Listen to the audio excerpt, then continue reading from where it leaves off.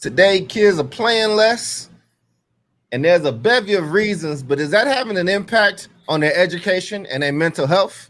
On the other side.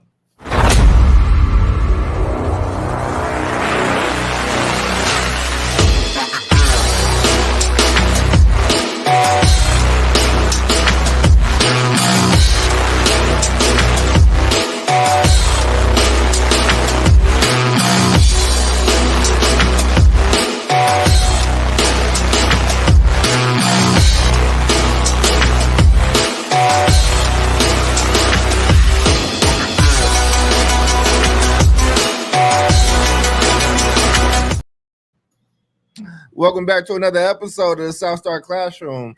I'm Charles, that's David, and David has a great topic for us. He's leading the day, brother. So let's pass you the festivities. Let's switch these screens. There you go, brother. Sounds good. Thank you very much, Charles. Hello, everybody. Thanks for being here today. We are at episode, if you can believe it or not, and we still haven't ran out of topics to talk about because there's always something out there worthy of our time and your time. Episode 144. Today we are going to be focused on the importance of play, and it's a timely subject considering where we're heading into in terms of making the transition from the school year into summer. But we're going to talk about the school year as well. So we're going to be talking about play today. But we'll get more into that. Why don't we go ahead and do a quick check-in? I know you've been on the road, Charles. Yes. And so how have things been? Things have been great, man. Now that I'm back home, it's been about 3 states in like 4 or 5 days. First was Memphis, and had these dinners to talk about the state of education in Memphis and just, what's happening there. And we had this incredible just showing from the community. It was so great. Shout out to Sarah Carpenter and the Memphis Lift, and even as she was grieving her own daughter, still made sure we got the VIP treatment there and just learned a lot of stuff. I mean, there's a project that you and I are working on, and I can't wait for us to both share learnings across those tables. We get to do some cool work. And then Oakland, we had our yearly report come out, and I probably should do something about it on the show next week. It's some really good data from these young people, and it's called Proficiency Over Pageantry. It's our 2023-24 Oakland report, and one of the largest findings was our young people reached out and talked to almost 350 students, and about 80% of those students thought that they were on track as far as English and math proficiency. I don't know why my screen keeps doing that, but it's fine. It's gonna freeze when I do that. But what we learned was 80% of those kids thought they were proficient, whereas only about 20%, especially the Black kids in Oakland, are reading on grade level. So being able to talk about that, have some discussion, illuminate some things, fire up a community, it was just really cool. And the report came out pretty beautiful, man. I'm tired now, but I'm happy to be here talking to my brother. How are you? Good, man. Good. Yeah, I can't wait to see that. Is the report public yet? Yeah, it's public. Yeah. Okay. All right. Great. I'll look out for it. Yeah, it's been busy, but most of my school-based clients are either are out of school, or they're going to be out of school, or they're just like running around like chickens with their heads cut off. Super busy time of the year for them. So it's been good. A little bit of downtime, but also it's nice to see the school year end for particular students going into from elementary into middle school, from middle school into high school, and high school into life. So I always appreciate all the graduation festivities, and we talked about it last week on the show. But just seeing the legacy of a lot of the work that I did and that we did in Oakland, and seeing many of those schools still thriving and serving young people. I think both. We don't live in Oakland anymore, but both you and I definitely, have left a mark in the town, right? I thoroughly agree. agree. Yeah. And that was always one of the interesting conversations. And people were like, do you miss Oakland? And I love Oakland. I love Oakland forever. But I think Oakland left me long before I moved out of Oakland. And so the Oakland that I grew up in is very, very different. I'm sure the one that you grew up teaching in and building schools in feels a little different these days as well. So definitely, absolutely. And so, yeah, what else? Let's see. Before we get into the topic, feels like we're definitely heading back into this like election cycle. So we should probably do a show coming up here about the upcoming presidential election. Already starting to see the wheels are falling off the bus, man. People are just, people are starting to freak out a little bit. well, So, I mean, it's going to happen. that's how it goes, man. I mean, listen, we got this through November. I think it's going to be interesting. There's going to be hot takes. There's going to be, black men are ruining the Democratic Party, or what's going on with brown people, and it's about to get real cut up, and every word is about to be parsed. We're about to hear over and over, and I'm not trying to offend nobody by this statement, but I've heard this for every election of my lifetime. This is the most important election of all time. I don't know if you can just keep using that every single time. I say that as a poli-sci major, as somebody who worked for the Democratic Party, and just as a human being, I just feel like just had the decency to sell me on something different, either party. Please. Just not the same thing. And I know, but we're in this time where you say anything that does not seem supportive of the person or the cause that somebody else feels for, then you're automatically evil. And listen, man, there's real evil in the world. And so you keep conflating everything. You keep crying wolf when one shows up. Nobody's gonna listen to you. So it'll be interesting. Right.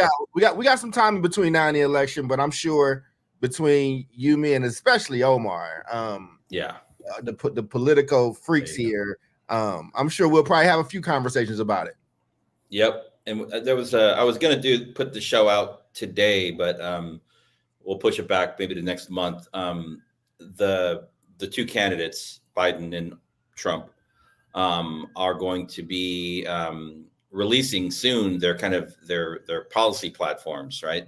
And so I think what we should do is we should pull out the education platforms and have a conversation about that. I got some interesting polling data that I've been looking at around education issues and presidential elections. So I think it'll be fascinating. We should do that. I think so as well, man. And let me know if you get an echo or anything. But I have my monitors up pretty loud. But man, I'm with it, man. I'm with it. So this topic that we got, man, like what sparked it? Like what are we talking about? Yep. Yeah. So I think what sparked it was an article that just had come out about a study that had been completed about a year ago. And I think we often talk about the academic side of the house, and what's happening in the classroom, in the buildings. A couple of weeks ago, we talked about technology and cell phones and social media, and how that's kind of changed the lives of young people today in 2024. And so this is kind of a companion piece to that. This study that we're going to be we're not going to dissect it, but we're going to talk about it for sure. Is kind of a call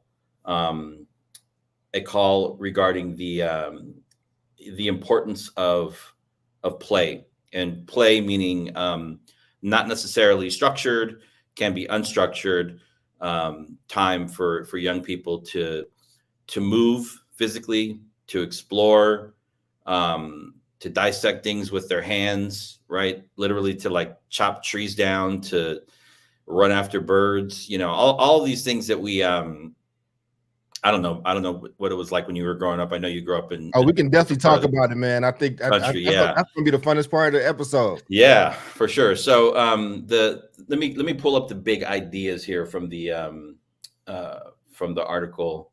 And I had a freak out this morning because ChatGPT was down, and I was like, "What am I going to do? I'm going to have to read this. I'm going to have to read this whole thing."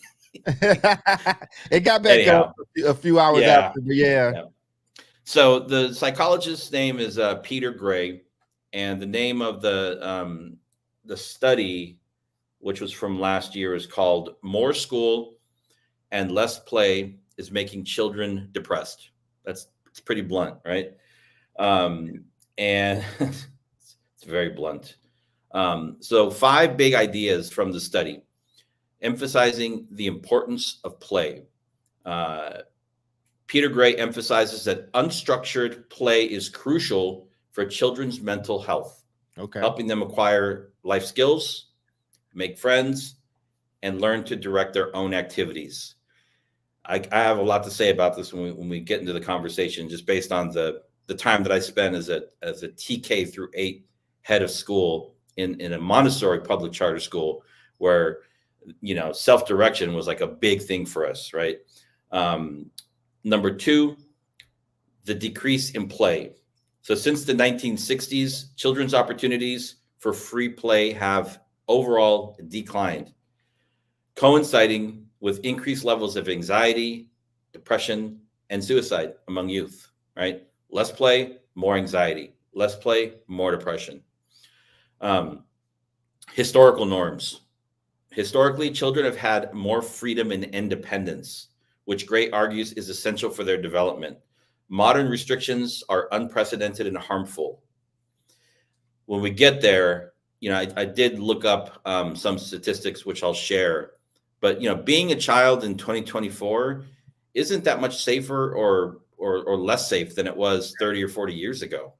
You know, it's like we got this thing into our minds. You got to protect the kids. They can't walk to school or back. The world is a dangerous place, right? That's not what the data says. The role of the school, number 4, the increased emphasis on structured activities and extended school hours has reduced children's free time.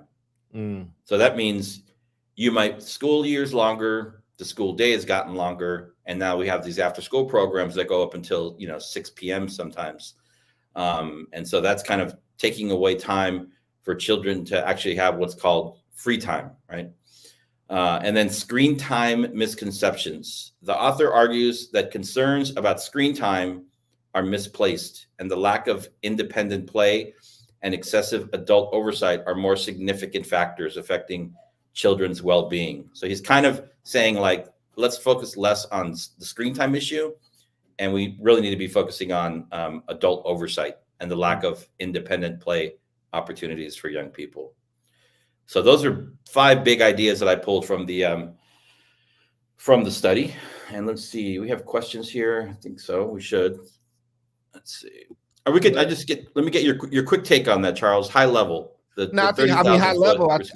I think kids definitely play less. I put a court up in over my garage, right, on my house, and you know, the amount of, I just would have expected, like, I have cameras around my house. So one day I was gone and my camera thing is going off, and there's some kids, you know, just shooting on it, kind of scared, but shooting on it. So I can talk through my camera, and they got scared. I just was watching them for a little bit, but I was like, your jumper's broke, and they was like, where'd that voice come from? But I was like, man, y'all can keep playing. It's fine. Go, like, have fun. Yeah. Like, don't, you know, respect the crib, but like, don't, you know, but have fun. Cause I just don't see kids out playing in the same way. So I think it's really interesting. I used to have a lot of fun. As a kid, and really poor. Like, I mean, and you used to hear those old stories about the 50s. I think about the old man with the tire and the stick, but like, we really did play games like tag, ball tag, or like, go play basketball or play football, or, I mean, we had an imagination and that's wherever I lived. Like, you know, wherever you live, you use the elements. So, you know, and when I lived in Kentucky with my grandmother and it was snow, it was great. We had a snow day. We had these epic snowball fights. You know, we used to be outside so much that our parents used to kind of be like, hey, you keep coming in and out the house, you're going to stay in the house, and having to stay in the house was a punishment. Like, that was you didn't want that. And I think now it's like, that's right. You tell a kid to go outside, it's a punishment. And I think that's where the term "go touch grass" is coming from. I'm about to I'm reading this book. I just started. I'm not anywhere like in it yet. I was stretching because we saw our brother Omar was coming in. He was fixing his hair. I wanted to give him some time. You look good, but the book is called The Anxious What's Generation. Up, everybody? Hey, man. The book is called The Anxious Generation by Jonathan Haidt. I haven't read it yet, but it seems to be like my computer's freezing up as well. Oh, well, you have a huge delay, but it's all good. We got you. David got you. Go ahead. Yeah, you got a delay. You might want to maybe hop off and try to come back on. Yep, sure. I will do so. Okay. Give me a minute. All right, cool. Yeah. So Jonathan Haidt. Yeah. So that's see how that interesting that you're goes. reading that. I think here we go. Let's see. Yeah, I mean, my quick take, like none of this is a surprise for me. I haven't gone in to actually read the study, which I plan to, because this stuff is really interesting to me. But his concern about his comments about our concerns about screen time being misplaced. I'm more curious to like get into that and see what lays under that. But yeah, I mean, I think our society has completely changed. The way we live. We've become, as a society, just more anxious in general, as people, as parents. I think we're trying to do a good thing by protecting our kids. We don't want them out on the streets. And I think, we can get into that a little bit more, because that looks different in different parts of the country, different parts of a city. I think, the connection between the body and the mind and the spirit are definitely like things that I'm thinking about. And when one of those three are not being catered to and or nurtured, you have an imbalance, right? And that's why we're seeing the elevated numbers in terms of depression and anxiety with young people, just because it's not just about movement either. Like I believe in rigorous academic classes. And whenever I was a principal, I also was a strong believer and supporter in rigorous PE or rigorous recess, right? And that meant like kids had to show up on time, in uniform, ready for PE. The teacher had to have a lesson plan that included, a warm-up activities, a structured activity that would engage all students, accountability. So like no kids get, you always have those couple kids that like to sit out a PE, and they just kind of let them coast. And I'm like, nobody's sitting out. Everybody's got to be moving their bodies, right? And so, yeah, this Omar, if you'd like, I put the 5 big ideas in the chat for you. Okay. If you can see those. But yeah, we're just talking about this this study that came out about the raising the issue and the concern of reduced, unstructured, I would call it play and exploration time for young people, and the rise in anxiety and depression amongst young people. So we haven't gotten to the school component yet, but we will. As he's catching up, I was gonna say, he's catching up and going over and reading the notes real quick. You know what I just thought about, and I'm just a consummate entrepreneur, and I think liberals will eat it up. Adult PE, and I know that they got health classes and Pilates and stuff, but like an adult PE where it's like at a certain time, 3 times a week, you go, you show up. There's like an instructor. You don't all have to do the same things, but you have to get, maybe there's a bracelet that monitors your level of action. I think that could be really fun. Anyway, I'm gonna write that down, and some Jillian Jacobs lady is gonna like take it and brand it. Yeah. But adult PE could be something dope, because I used to love PE. Well, yeah. I mean, I was thinking about this too. This study is focused on young people, but 90% of this research applies to adults as well. Yes. Right?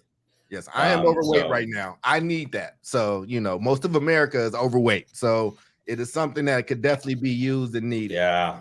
Especially coming out of the pandemic. Especially coming out of the pandemic. I think en masse Americans gained weight for sure.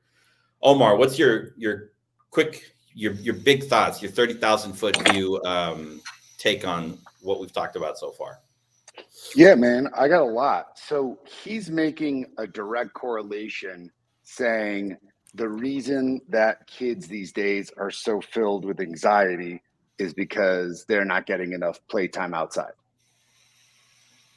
Okay. Yep.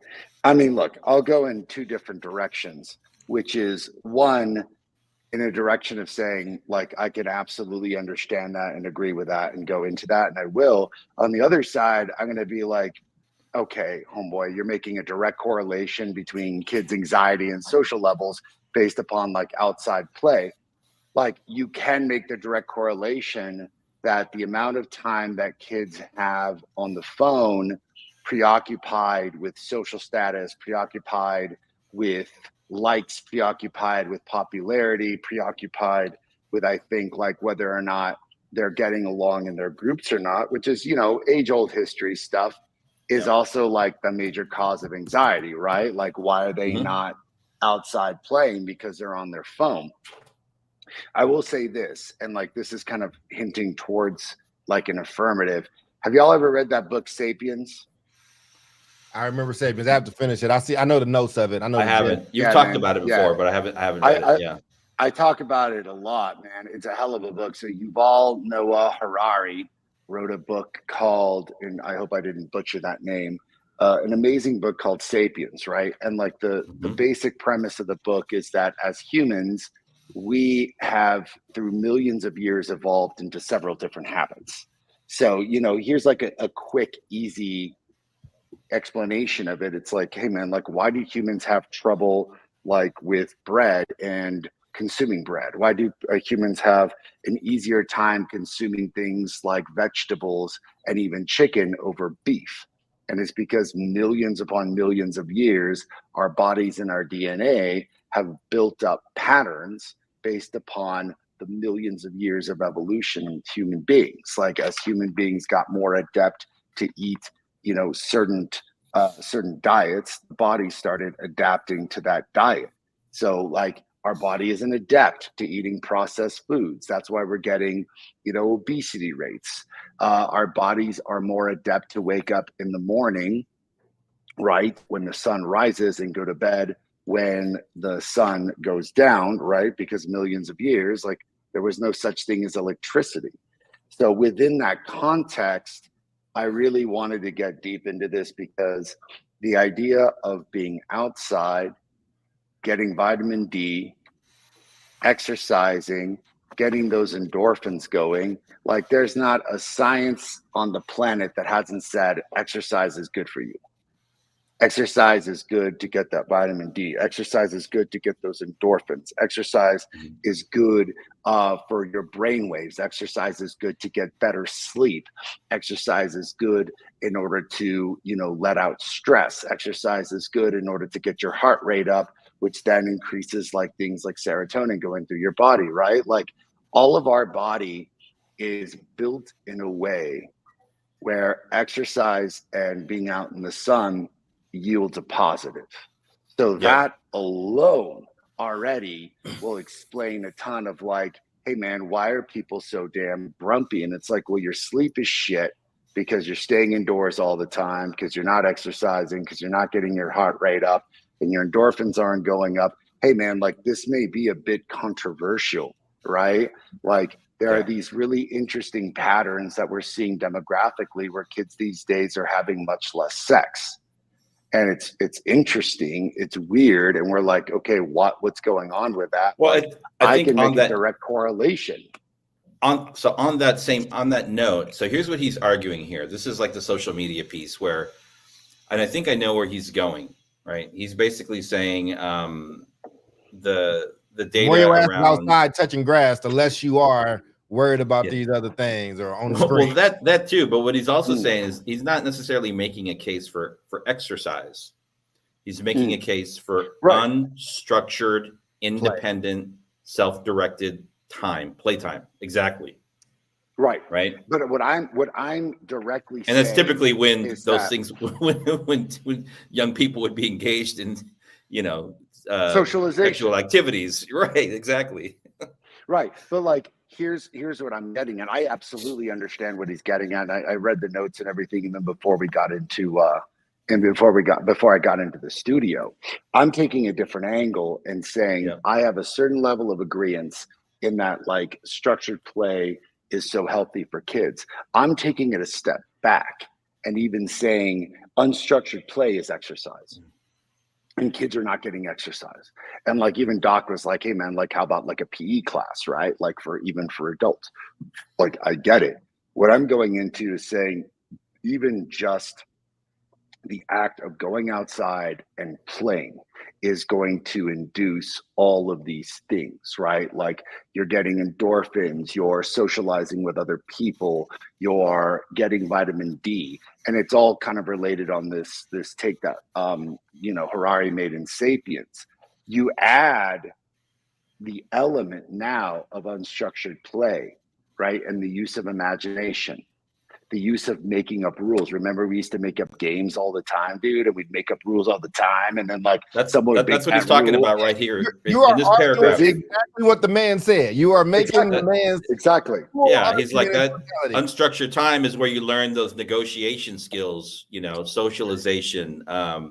You deal Those with are- you deal with fights and bullying and Mhm. social Exactly. strata and like things of Exactly. that nature. And right now everything is behind the screen. But look, like I mean, we can all get professorial, like and like dive into it, right? And like, okay, like I don't know if it's one of those articles, our son where we like, nah, let's see the veracity of this topic. But I think we all can agree, like there's something different about the way we used to just let kids go outside and play. Like Sure. if you told a group of kids, if any of our youth and ages go outside and play, we don't need more direction than that. I think that there are some places, and I think culturally now, if you just told some of these kids now to just go outside and play, they're gonna look at you and be like, I don't know what you mean. Like, you mean take my am I taking like my tablet? Am I taking my Nintendo with me? Like, what am I doing? Right? Am I taking my phone? And I think just the larger thing of like this free play, this free association, everything that Omar said, like, how do you help? Has childhood just changed? Is childhood just different now than what it was like that than it's kind of always been? I mean, I don't want us to sound like some crazy people saying it's the end of the world, blah, blah, blah, all that. But I get the simple notion that Mr. Gray or Dr. Gray is making just around like, look, there are skills that come from just being able to interact, play, be social beings and social creatures. How do you get back to that if things have been so different, so fraught, so, overly supervised, like how do you, I'm not, and also I'm not the parent that's on here. And Omar, you're not a parent. Like David, how is it different for you as a parent? You know what I'm saying? Like you grew up, you were a 70s kid? Like you was outside playing in the 80s, the 70s? Like, I don't know I don't want to age you, brother, but I feel like your parents just had you outside. Yeah. I feel like your parents just had you outside. I feel like I mean that's seatbelts. Yeah. You know what I'm saying? Like, yeah, no, it was definitely before seatbelts. Get in the back of the truck. And literally like outside, ever since I think starting in kindergarten, I used to walk to school both ways, right? And literally walk to school, 12 years of walking to school, occasional ride here and there, but my parents worked and we always lived close to the school. And then that meant like sometimes after school, we didn't go directly home. Oftentimes we'd go hang out at a friend's house, or we'd go, hike in a canyon, or, we'd get into some shit, that's how you learn. As a young person, you learn like what's okay and what's not okay to do. And you learn things are not okay when something bad happens to you, right? Like you get involved with the police, or you get, involved in a physical, in a fight, and you're on the losing end of that, right? Or something, but that's how I learned limits. That's how I learned how to negotiate like social situations, by just being out in the world, literally. And how to talk to girls.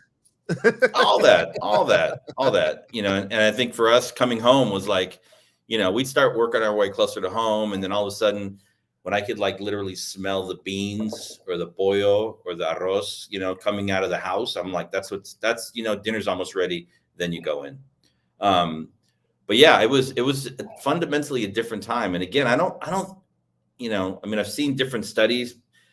I don't think 2024 is much more, probably less dangerous to be a young person, because now we do have things like seatbelt laws.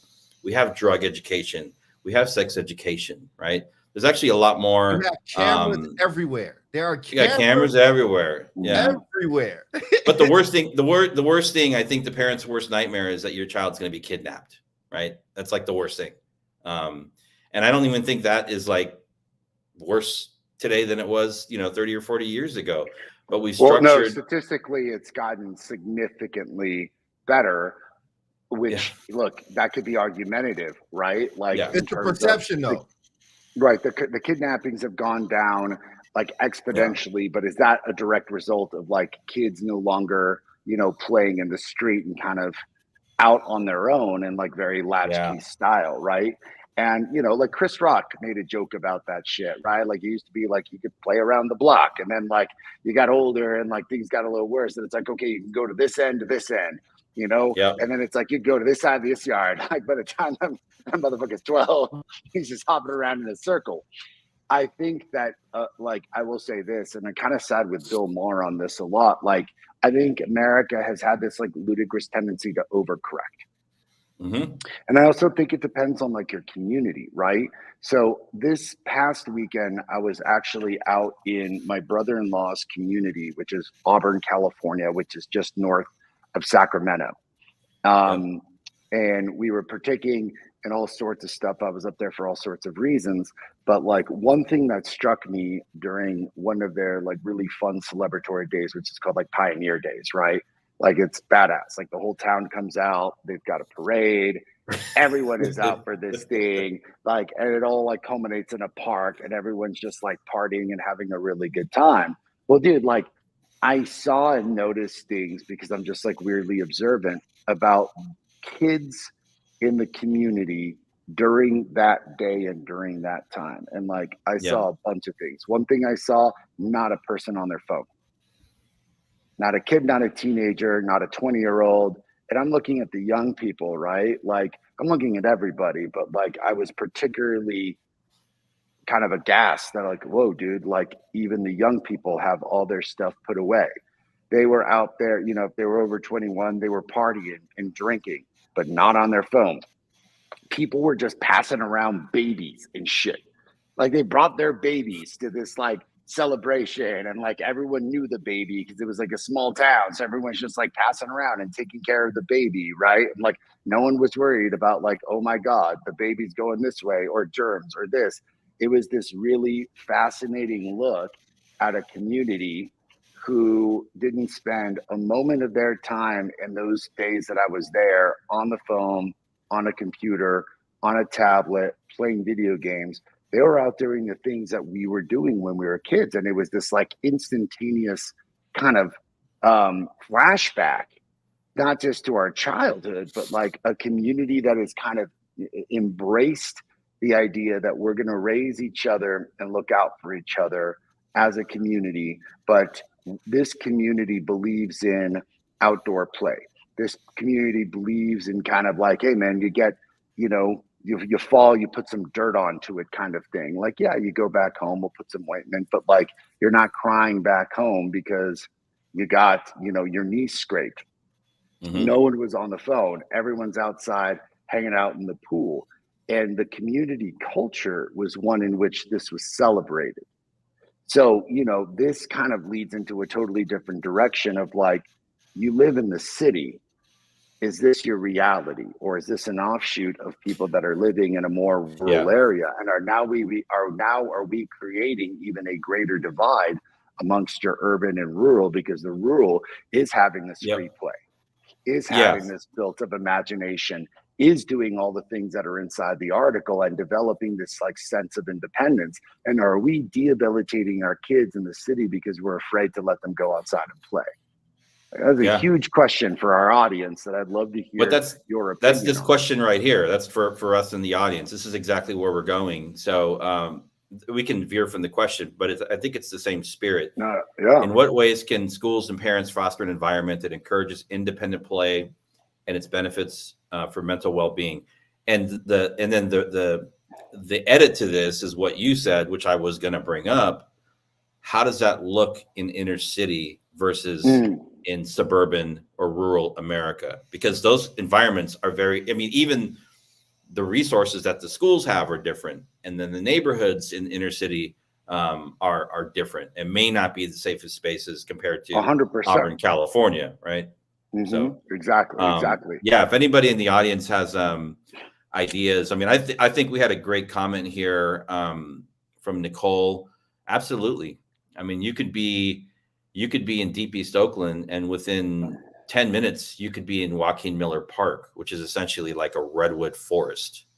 But like if people don't know that it's there or they don't have access and know how to get there, I have thoughts and ideas on this. I'll go first. Yeah, please. I think what she responded to with an answer. I know you was asking for answers. Yeah, by joining in on the fun and games. Yeah, yep, yeah. There you go. So I think the one thing that we learned from, I mean, not just the pandemic, but I think building, smaller communities. I'm thinking about going back to the days of the Black Panthers and the Brown Berets, when people formed communities around a particular cause, right? And one of those causes was like the well-being of young people. And then, fast forward, they had independent schools. Now they call them micro schools or whatever, right? Or home schools. And the pandemic hits, and then many people were we were all forced to do things differently, but like we were forced to go into micro communities, right? So I formed a homeschool at my home for family and for some children in the neighborhood. So we formed a smaller unit, right? And we got the kids out and they had unstructured playtime, all this stuff. We went to Joaquin Miller Park once a week. And so I think if parents are not able to do it because of demands on work, there are other creative ways to build a community to leverage, people that maybe can support young people, around, creating these like spaces for kids to go out into the world and explore, obviously to be safe, but to get out and have spaces to interact with one another. So that's a great comment. I'll let you guys chime in on that. What are your thoughts? Yeah, I'll go briefly. I think, I mean, if we're talking about this for like kids and community, whether it's in, rural or I lived in both cities and I've lived in, suburb, rural type situations. I mean, you adapt. Like, I mean, they still were playing, in the streets back then or whatever, but I get it. If you have to, if that's something you want for your household, if you're a parent, then you got to like make that happen. I mean, listen, I get this kind of new age parenting, and I don't want to talk too big with my chest puffed out too much because I'm not a parent, but I do feel like there's just an awful, you talk about the overcorrection, Omar, like there's a lot of us where our parents told us kids are to be seen and not heard. And now there are a lot of parents that do a lot of over negotiating with their kids. Like, I don't know if that's fully the answer. I think that you should be in conversation. But sometimes you got to tell your kid to turn that shit off and go outside, man. Like sometimes you got to be like, yo, like if you're in a family that likes to grill, the father or the mother that likes to grill is going to go out and grill. And like the kid is going to be there. Like, like when I mean, you went to Joshua Tree with your family, right? Like that wasn't a negotiation. I mean, maybe it was with your wife, but it was like, all right, kid, we're going somewhere. You live here. You're going. Yeah. Like, it's not a discussion. We have to get back to valuing those things. Like, and when you talk about the cities, man, as somebody who grew up in Oakland but was from Chicago, I didn't appreciate Chicago's parks until I was an adult and I was visiting here. Like Chicago has some incredible parks. And if you go, especially in autumn, see for my California friends, autumn is a season between summer. It is a beautiful season, but those parks are beautiful when they're golden brown and everything is changing and you get a crisp wind on your face. Like, just sitting outside and like reading a book and just taking in that sunlight. I think those are things that you have to prioritize it. You have to go out with your, like when somebody said, go out with your kids, like go out with your family, be outside. I don't love outside either, but I do have like a nice outside area here that I've done the show from a few times. So, get some sun, man, touch some grass, let the sun touch your face. It won't hurt you. Look at this section from the article. Between 1950 and 1990, schools added more hours. By 1990, the school year is 5 weeks longer, right? And the days are longer. You started seeing homework for elementary school kids who didn't have before. There was far less competition and worrying about grades back then. The combined result is that we've gradually increased what I call the weight of school and the amount of time children spend on it. Is that a slap in the face to everything that we talk about on this show? I mean, it can be, but it depends on how you take it. Isn't that fascinating? I'll give my take on this like happy horse shit ideology of like the olden days, right? Like, fuck them olden days, dude. All right, like 1950, segregation still existed. All right, like everyone's sitting here talking about the good old days and shit. Let me tell you what happened between then and now is that women got into the workforce.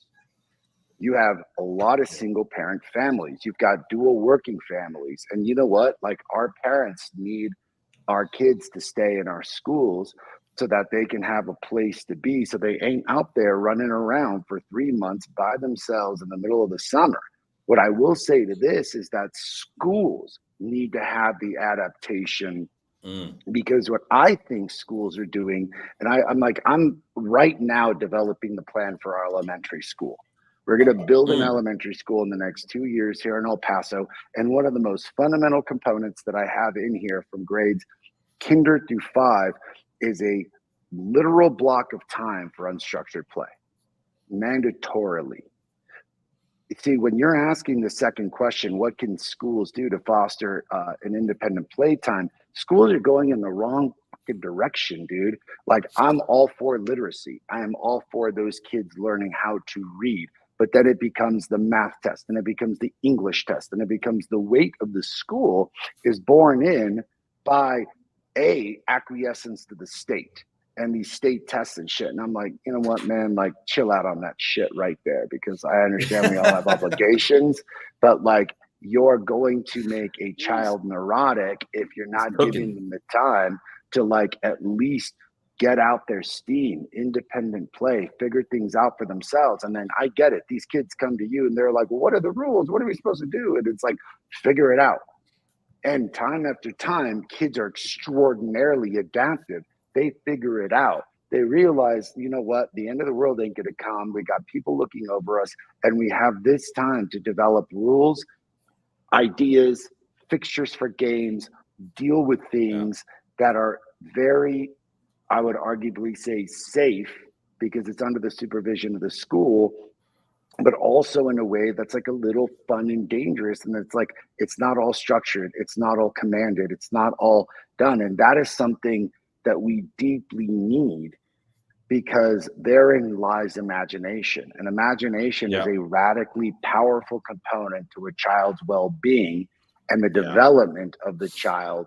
Because the minute we start diminishing like imagination, dude, like I always say this, like America and the United States has one central thing that is always going to be its economic pivot. It is imagination. We invented things, man. Like regardless of who invented it, right? Are you talking about those good old days that you just poo-pooed on? You know? No, man. I'm talking. I'm talking. We invented Google. We invented Apple. Like we invented the laptop. We invented the internet, the computer. Yeah, yes. Like these are things that America's invented because there was a certain level of both imagination and economic support. That's a really good elixir. We were the first to go to the moon. I mean, come on now, right? And a lot of this is born and bred from developing the imagination as a child. And if we're not allowing for that at the house because things are dangerous, then by all means, the school needs to do that. So take it from a guy who runs schools, who understands the politics of schools. If I'm sitting there saying every single day kids are going to have a slotted time of unstructured play, it is deeply necessary for the neurological development of a child to have those things. And if the community ain't going to have it, the school should have it. But like, that's a good ass question. Like, what can parents do and what can the community do, especially if you don't have like all the like money in the world to take your kid to some like nice vacation? What are some other strategies? Let me tell you. So 2 things. One, let me first make a comment about schools because of what I just saw in Oakland on the campus. And then 2, even under the welfare system, like what we had in the housing project in Kentucky where I live with my grandmother. So first, I will shoot schools a little bit of bail. Like we did this event in West Oakland on the old Lafayette campus where KIPP is now at.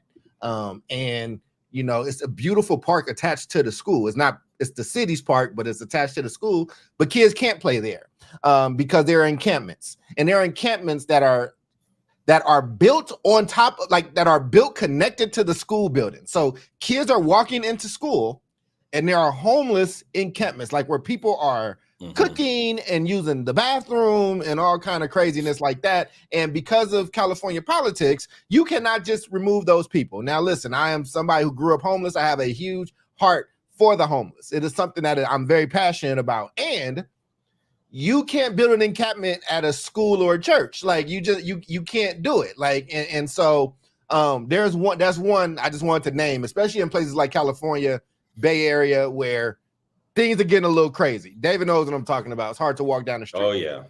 2, I lived in this place called Lincoln Court in Paducah, Kentucky with my grandmother. And they had parks and recs, like it was the housing authority, right? So for y'all that don't know, when they say, what does those liberal laws do or whatever, one of the things is they create housing authorities that create projects of low income where you can be, but they also are in charge of making sure kids are entertained in the summer, that we eat. So in the morning, in the summer, you are out the house at 8 a.m. The first truck, the breakfast truck comes and you go and you line up and you get breakfast, and they hire teenagers to be like almost like camp instructors. And we do activities and you play. And then at lunchtime, the lunch truck comes, and they did that so it could take the burden off of families to have to provide these huge, breakfasts and lunches. And look, the sandwiches weren't gourmet, but now looking back, I can look at that program. I learned so many games. I learned, line dancing. I learned these silly little, different cultures and how they played and things like that. I think that but that was a concerted effort. And I think that when you talk about a concerted effort, what does that look like? And people have to be bought in. Everybody got the memo in that community. Send your kid outside at 8 o'clock. And to the point where if you weren't outside, you felt punished. You felt like you were in trouble if you couldn't go outside and be with your friends. And I think right now it's the opposite. So I think you can reinstate things like that, make it cool, make it fun, feed some people, and let people know, their kids are going to be safe. I think parents would appreciate the reprieve to have their day back from 8 to 3 in the summer. Yeah, this is another good quote from the article. I think it's what you were getting at. We talked about this on the show we did a couple of weeks ago on social media and cell phones. The majority of young people don't actually like it. Yeah. Right. And so I don't think they're on social media instead of getting together. They're on social media because they can't get together. That's true, man. That's true, man. Yeah. Listen, man, there's a whole generation of young boys that have never had to that like girls. I want to be inclusive. That have never had to approach a girl in person in their life, and it's something foreign, and it's something that we might joke about as an older generation, but they just are not exposed to it. That's why you see these weird interactions, and on the other side, that's why you see such strong interactions online, right? These parasocial relationships have taken a rise. And listen, man, there's some good in there. Like there's some good about places being connected and sharing of cultures. But you also see the same social mores happen. You see groupthink, you see bullying, and you see ganging up. Like everything that was a problem in person is an exacerbated problem online. People are killing themselves because of these things. Exactly. And you know how much harder it is to bully somebody in person than it is to bully them. Anybody can bully anybody online, but to bully somebody in person is a lot harder. And there are consequences to it, right? I think the school thing is tricky, but I think, like what Omar says, I definitely, I always protected, we had recess also. Recess for me was there's no structured stuff at recess. We're going to have supervision, and it'll be safe for kids, but we're going to let the kids go out, put some balls over here, put some jump ropes over here. And that's all you had to do. Yeah. I mean, literally like cardboard boxes, let the kids build little structures or an imagination playground, right? But just get out of their way and let them interact with one another. They obviously need to blow off steam, all that stuff. But there'd be times when, we'd be out on the yard, and I hate using that term, on the playground. And I'm like, where's I see Dr. Cole's class. I see Mr. Castillo's class. I don't see Mr. Yunar's class. Mr. Yunar is still doing a lesson. I go in and I'm like, shut it down. Let your kids out. Mhm. You know, they need that time. And I would walk the hall and I would say like, we're going, come on, let's go. Everybody outside. And we really believed in that. And this is why. It's a But I part do of think development. You need to fall and scrape your knee. You need to get those Sure. scars. You need to play on the structures and have a disagreement. And you know, this is where you start to develop as a person. Like, Yeah. who are you in this and when these things are happening? And I will tell you, Omar, you're planning to open an elementary school in El Paso. You know, when young people have conflict, thinking specifically about like 6, 7, 8-year-olds, it's so natural to have conflict. Conflict is just part of relationship building and awareness and limits. It's not the kids that it's hard to like, you know, de-escalate. It's when Correct. the parents get involved. Correct. Because then the parents come in to say that. and they apply this like Yep. adult mind frame to it, Mhm. with all of their fears and their, you know, it's their anxiety, right? I'm like, they're children. Right. What Well, you think here's- happened didn't actually happen the way that you thought it happened. It was just two kids that bumped heads and somebody said something to somebody else. Somebody said something back. And I'm like, this is not about Barack Obama or Donald Trump. I'm sorry. It's just not about Barack Obama. Calm dude. down. Thanks, Barack. I think like, again, I'm no parent, right? But I've been around a lot of parents now that we've been running the schools, and I got to say that, like, I think I'm lucky in that a lot of our parents have an immense amount of trust in what we do, because I see a lot of this helicopter parent situation, right? Like, this is hovering at a like at a radically different level than I've even seen with some of the millennials, where it's like the kid can't go anywhere without a constant level of supervision. And what's worse is the parents that are giving these kids the phone early on. They're like in elementary school, they're in early middle school running around with a phone, parent checking in on them all the time. That's like that is the immovable object next to, like, you know, the unbreaking force, right? You've got the parent who is constantly crazy, man. harboring, and that causes a problem because then we're allowing for these things to happen in school, and the parents simply saying like, hey, like, my kid got into this, and then they get into it with other parents, and then they make it into a melodrama. And I'm like, hey, like, this ain't the Real Housewives or whatever the fuck town you live in, and you want to like live in that reality. You need to like chill the shit out, because your desire to make drama is teaching that child this is how to create conflict resolution. And I've got a huge issue with kids seeing how involved in overprotective parents resolve issues, because it is now an exasperation of a problem that already exists, right? Yep. Then they're constantly checking in on the phone, but then the phone becomes a utility for the kid to like stay away from these social interactions.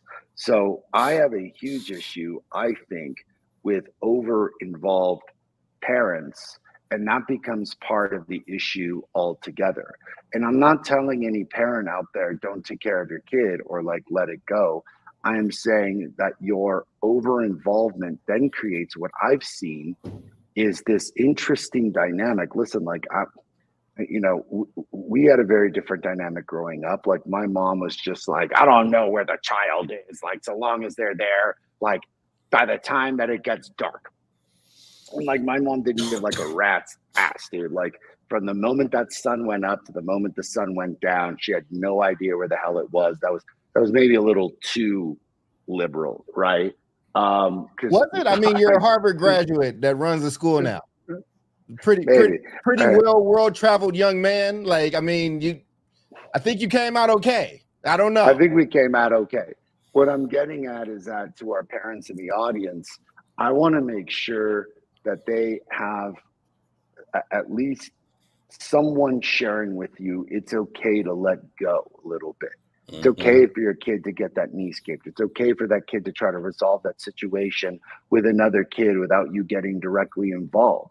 It's okay for your kid to learn problem-solving skills. You don't have to come to the rescue every single time. You also don't need to like get the kid into a situation where they know that you'll get them out of anything. And that's another issue, because when the kid feels that they can go to the parent to get them out of every single issue, this is why you've got like huge issues in college and thereafter. Kids getting into all sorts of really ridiculous scenarios, man, like drug issues, DWI issues, car issues, like treating people inappropriately. And then they're like, well, dude, my parents always fix everything. So you've now like totally disabled the child because their attitude Affluenza has entered the chat. is mom and dad. Always gonna like solve shit. Affluence is one hell of a drug. Affluence is a hell of a drug. Even poor, but that's the thing. Even poor people, I mean, even poorer people, right? Like can afford to have affluenza now. I think, mindset, and I think it's just interesting, man. Like, and it's inevitable. We're gonna have to do the show, Omar, about why we don't have kids, because I know that there's all these studies that tribes of color are producing less children, and white people producing less children. Actually, I think brown folks are actually the only ones that's on track. I think that's why there's all this replacement theory stuff. But I get blamed a lot because I'm black and we're still 12% of the population, and I don't have kids. But I think there's a bunch of reasons. But no, man, just for my final thought on this, man, I think, like we overcorrect. We definitely overcorrect. And I think that right now, the ruling group that's aging out those boomers, those young folks who were the years of love in the 60s and in early 70s, I think they lived them a life. I think they have some regrets. I think that they run the country now. And I think that they're like, no, don't let those kids stay out. You need to put them in or do this. I think is what Omar said earlier, and what everybody said. We overcorrect in this country, and I think that there are generations of people, and we just go through cycles, and we all repeat the cycle. We are all the rebel when we're younger, and we all become the police when we get older. The more bills you got, and the more things at risk you got.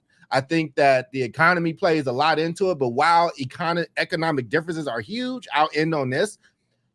What poverty is today in America is different than what poverty was in America 20, 30 years ago, and is still different than what it is in third world countries. We are a first world country with first world like poverty, meaning that a lot of our poor people still have like $1,000 cell phones, still have access to information kind of all over the place.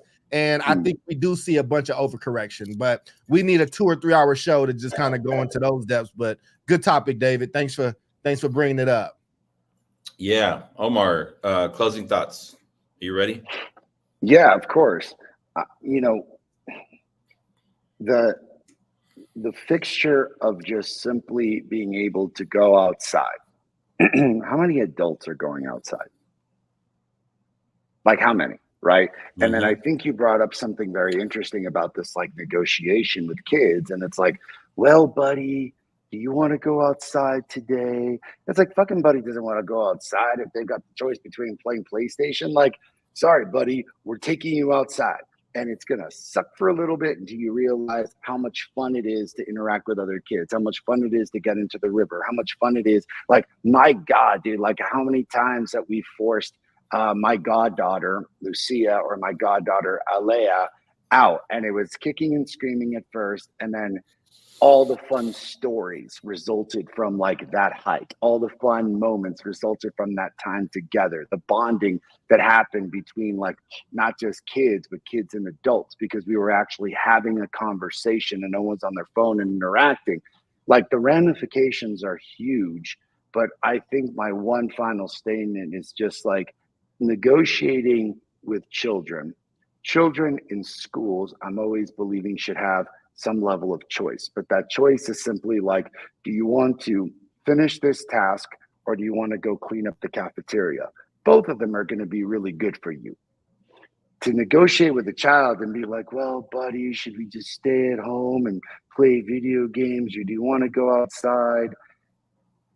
I think that we need to have a more enthusiastic group of parents who are more enthusiastic themselves about going outside and actually having a conversation with your kid and interacting with them like a normal human being, than allowing them to dictate what is going to happen in the day. And for God's sakes, have a little bit of foresight and do some planning guarantee you, the kid, and the family will be all the much better for taking some time outside. Boom. Yeah. So I think, regarding the school piece, I'm drawn to my time that I spent as the head of school at Urban Montessori in Oakland, California. It's Oakland's only one of the few Bay Area even public Montessoris. And so we, in the Montessori environment, you have a work period, which is essentially like a 3 or 3.5 hour block of time from the start of the school day through about lunchtime. And students had a work plan, even as young as like kindergartners, right? First graders, second graders, all the way up. They had a work plan. There were works around the classroom. We didn't have assigned seating. There were structured parts of the morning, but most of it was unstructured, but it was still managed, and there was some accountability built in for, like how children were using their time. But like you could actually, the young people could actually choose to do a math work, a language work, a geography work, different types of, a science work, right? Whatever they were ready for, whatever the next lesson was that they were ready for, they would get a small lesson from their teacher. Then they would be able to go and engage in activities based on that lesson without any teacher oversight. Teacher was supervising. And I mean, you can do that in the classroom. It doesn't have to happen outside, but you can set up those environments where young people can actually struggle through, decision making and conflict. We had a lot of conflict. We had like 28 kids in a classroom, and we only had like 15 chairs. There was pillows, there was rugs. So, it's just part of growing up, and we didn't see conflict as a bad thing. I think getting into like middle and high school, we think about like direct instruction and how kind of crazy that sounds. But within schools, what it could look like is like backing off and moving to like a PBL, a project-based learning model, where, students can work in teams to solve problems. And the teacher is no longer the sage on the stage, but the guide on the side, right? And so I think within the school world, there's definitely ways to provide opportunities for that to happen. I think outside, and I know it's more challenging in like, places like East Oakland, or I'm sure in Chicago or in Detroit or in Philly or in New York, versus rural or suburban America, to have safe spaces for young people to have free unstructured time. But I still think there's a way. And again, going back to the idea of forming like smaller learning or play communities, or a pod, the concept of the pod, right? So figure out, who's in your neighborhood, what children, connecting with families that your children attend school with, and create those opportunities, right? I mean, the idea of the pod, I think, should still be continued, post pandemic, right? Kids should still be able to get together and go out and do things, especially if they may live in an area where, may not be as safe as we would like it to be. But we can't change that. Anyhow, love the comments today. Lonzo, thanks for chiming in. Nicole, thank you as well. Toya, thank you so much.